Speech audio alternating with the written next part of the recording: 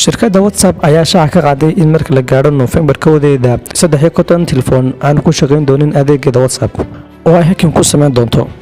halkan waxaan ku soo gudbin doonaa liiska aan ku shaqayn doonin adeegyada WhatsApp. shirkadda iPhone 6, iPhone 6 Plus, iPhone SE, shirkadda LG, Lokerto, Optimus 7, Optimus F5, Optimus L3, Optimus L5, L5 Kobe 10, Dial Optimus L5, Optimus 6F, shirkadda Huawei, Askandi G4 4D, Askandi Mate, Askandi D Quad XL, Askandi D1 Quad LX, Askandi B1X, Askandi D2, shirkadda Samsung, Galaxy Trendy Kobe 10, Galaxy S Kobe 10, Galaxy S3 Mini, Galaxy X Cover 2, Galaxy Core, Galaxy S2, shirkadda STI V956, Grande X Quality 987, Grande Mino.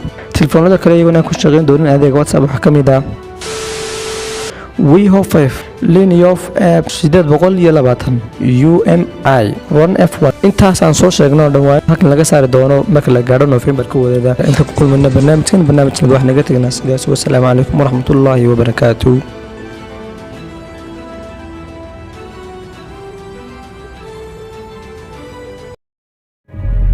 si aad u hesho muuqaalo badan hadda subscribe dhe